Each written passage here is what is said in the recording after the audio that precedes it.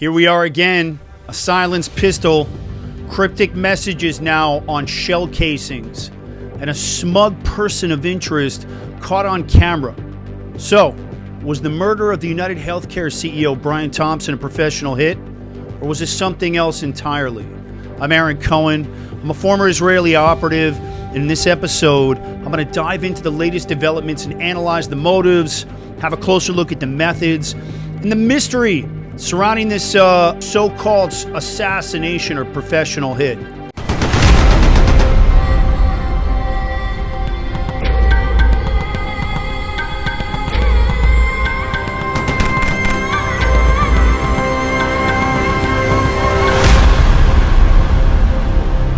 So in the most recent developments of this case, NYPD investigators discovered shell casings at the scene etched with the words deny, defend, and depose. This wasn't random. They reference a notorious insurance industry strategy, delay, deny, and defend, which often criticizes how these insurance companies handle claims. The killer didn't just leave a physical mark. They left a message. This murder wasn't just about eliminating Brian Thompson. This was a statement. Was it personal revenge? Or was it meant to expose a larger grievance against the insurance industry as a whole? Now let's talk about the person of interest identified in the surveillance footage. His behavior is striking, calm, it's almost smug as he walks near the scene both before and after the murder. This isn't someone panicking or rushing to escape. It's someone who seems to think they're in control and somewhat untouchable. That body language, relaxed, and it's almost narcissistic, suggests an overconfidence often seen in individuals who believe their actions carry a serious purpose beyond the actual crime itself. It's as if he's not just committing a murder, but delivering a message he wants people to understand. This kind of psychological profile, one that thrives on attention and validation, can often lead to critical mistakes. Is this arrogance a sign of inexperience? Or does he genuinely believe he's outsmarted investigators? Either way, it's a major clue into understanding the motive or beginning to understand the motive behind this attack. Now, while the shooter did demonstrate some tactical knowledge, which I just spoke about in the previous episode, let me make this clear. This was far from a professional grade hit, and I'm going to explain why. First, his weapon wasn't properly tuned. The malfunction that we saw caused by the suppressor and possibly subsonic ammunition, he could have been using a .22, which basically runs subsonic, is something a professional assassin would never use. And when I say assassin, I mean government-level assassin. The assassin would never risk this. And a professional would have tested and tuned the weapon extensively to ensure that it operates flawlessly. A malfunction can cost valuable seconds. Second, let's talk about the first shot. It missed. Hit him in the leg instead of a vital area, which in this case must be the head.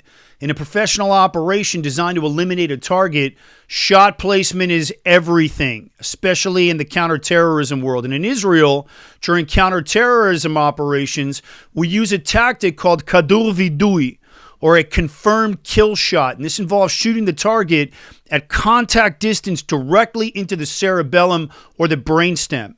It's fast, it's efficient, and it ensures the target is neutralized instantly. Third, this was a solo operation from what we can tell, which is another red flag to me for the special operations side of this. Professional hits are never carried out alone. In Israel, operations like this are handled by a specialized unit, and they work extensively with specially trained support teams who handle all logistics, surveillance, and extraction. The support teams pick and prep the location, they handle the logistics, and there's a separate team that also provides the security, ensuring every variable is controlled. And the absence of a support team here, combined with the shooter's reliance on that e-bike that we're hearing about and a camera-filled environment, which was just released by NYPD, clearly shows that this was an amateur murder through and through. So in summary, while the shooter may have some training, just a ton of time on the range, the tactical world's become more popular than ever in the last 5 years. This was not a professional grade operation. The execution lacked precision, planning, and the proper professional support structure required for a true professional hit if I was talking to you specifically about the counterterrorism world and how we take out terrorists. This episode of The Aaron Cohen Show brought to you by the Cherry's Deep Concealment Holster. This is the same holster I trained Keanu on for the John Wick franchise. This thing runs below the waistband.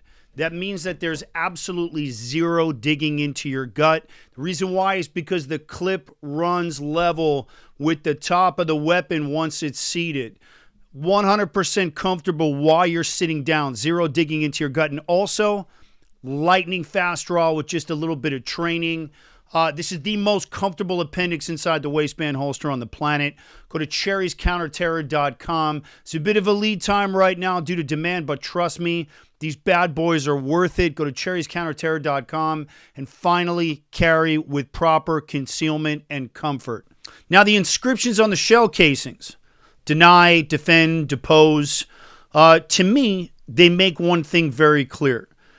This wasn't just a murder. It was a statement. But who was the intended audience? Was this an individual seeking revenge for a personal grievance against the insurance company?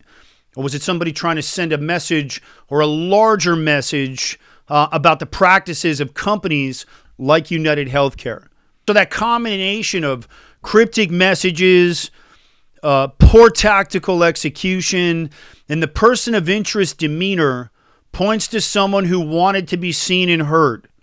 This isn't about plausible deniability, which is everything when it comes to targeted assassinations and counterterrorism.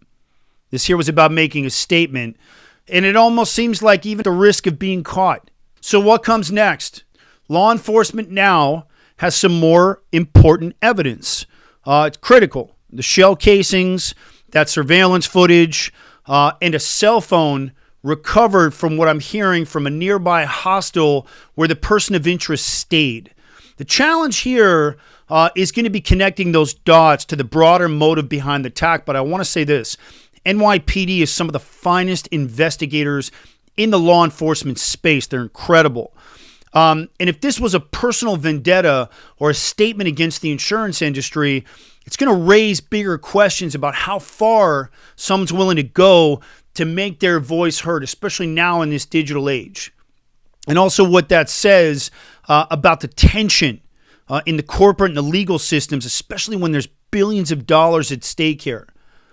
I'm going to be honest again. I don't consider this to be a professional hit by any standard whatsoever. And if I were part of an operation that was assigned to carry out a targeted assassination against a terrorist, I would have approached this much differently. First, I would have gotten right up on the target, and I would have delivered a very single, precise shot to the brainstem, that kadur vidui, like we say in Hebrew. It's clean, it's quick, and it's efficient. Second, I would have ensured that my weapon was tuned and tested to avoid any malfunctions. There's an entire department that handles that in these types of units. And they're going to hand you the Rolls Royce of suppressed weapons. This isn't a place for guesswork, and every second matters here. And every detail has to be absolutely flawless, just like you guys saw with that perfect pager operation, which killed over 4,000 Hezbollah terrorists. And third, I would have worked with a professional team on this one. A professional operation involves extensive planning, support teams to handle the logistics, as well as the security of the actual shooters, an escape plan that leaves zero trace.